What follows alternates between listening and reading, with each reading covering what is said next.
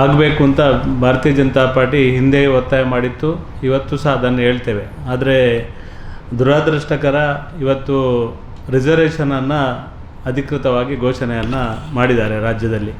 ನಮ್ಮ ದಕ್ಷಿಣ ಕನ್ನಡ ಜಿಲ್ಲೆಯದ್ದು ನಾವು ರಿಸರ್ವೇಷನ್ನ ಈಗಾಗಲೇ ನೋಡಿದ್ದೇವೆ. ನನಗೆ ಅನಿಸೋದು, ನಮ್ಮ ಯಾವುದೇ ಜನಪ್ರತಿನಿಧಿಗಳ ಗಮನಕ್ಕೆ ತಾರದೆ ಏಕಪಕ್ಷೀಯವಾಗಿ ಕಾಂಗ್ರೆಸ್ಸಿಗೆ ಬೇಕಾದ ರೀತಿಯಲ್ಲಿ ಅವರಿಗೆ ಯಾರ್ಯಾರನ್ನು ಎಲ್ಲೆಲ್ಲಿ ಗುರುತಿಸಬೇಕು ಆ ರೀತಿಯ ಒಂದು ರಿಸರ್ವೇಷನನ್ನು ಘೋಷಣೆ ಮಾಡಿದ್ದಾರೆ. ಆದರೆ ಇದರ ಬಗ್ಗೆ ನಾವು ಆಕ್ಷೇಪವನ್ನು ಕೊಡ್ತೇವೆ. ಆದರೆ ಅಧಿಸೂಚನೆ ಮಾಡಿದ ನಂತರ ಇದು ಗೊತ್ತುಂಟು ನಮಗೆ.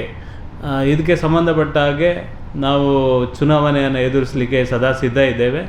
ಇದಕ್ಕೆ ಸಂಬಂಧಪಟ್ಟಂತೆ ನಮ್ಮ ವಿಧಾನ ಪರಿಷತ್ನ ಸದಸ್ಯರಾದ ಕಿಶೋರ್ ಮತ್ತು ಪ್ರತಾಪ್ ಶಿವನಾಯಕರ, ಪ್ರೇಮಾನಂದ್ ಶೆಟ್ರ ಮತ್ತು ಮಾಜಿ ಶಾಸಕರಾದ ಸಂಜೀವ್ ಮಟ್ಟಂದೂರು ಇವರ ಎಲ್ಲರ ನೇತೃತ್ವದ ಒಂದು 10 ಜನರ ಸಮಿತಿಯನ್ನು ಮಾಡಿದ್ದೇವೆ. ಒಟ್ಟು ದಕ್ಷಿಣ ಕನ್ನಡ ಜಿಲ್ಲೆಯಲ್ಲಿ ಎಲ್ಲ ಕಡೆ ಕ್ರಿಯಾಶೀಲವಾಗಿ ಭಾರತೀಯ ಜನತಾ ಪಾರ್ಟಿಯ ಬೆಂಬಲಿತ ಅಭ್ಯರ್ಥಿ ಗ್ರಾಮ ಪಂಚಾಯತನ್ನು ಗೆಲ್ಲಿಸೋದಕ್ಕೆ ಎಲ್ಲ ರೀತಿಯ ತಯಾರಿಯನ್ನು ಮಾಡಿಕೊಂಡಿದ್ದೇವೆ.